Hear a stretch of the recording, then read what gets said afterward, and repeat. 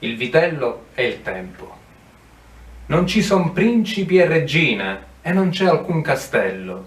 Quella che mi appresto a narrare è la storia del vitello. Non era una bestia qualsiasi l'eroe della favola presente. Lui sapeva che in quella stalla era più di tutti intelligente.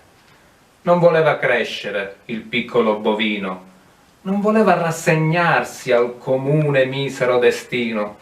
Vedeva i buoi al campo rompersi le ossa per arare e nessuno, mai nessuno, che osasse protestare. Poi mangiavano e il loro sterco arricchiva il letamaio, ma lui sapeva che alla fine li aspettava il macellaio. Così il vitello si decise, provò a fermare il tempo, andò al colle dove calava il sole e correva tutto intento. Era convinto di catturarlo, non aveva dubbio alcuno. I giorni si sarebbero bloccati e non avrebbe sofferto più nessuno.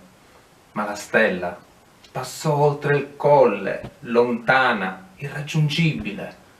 Lui spiccò un salto nel vuoto, volle tentare l'impossibile.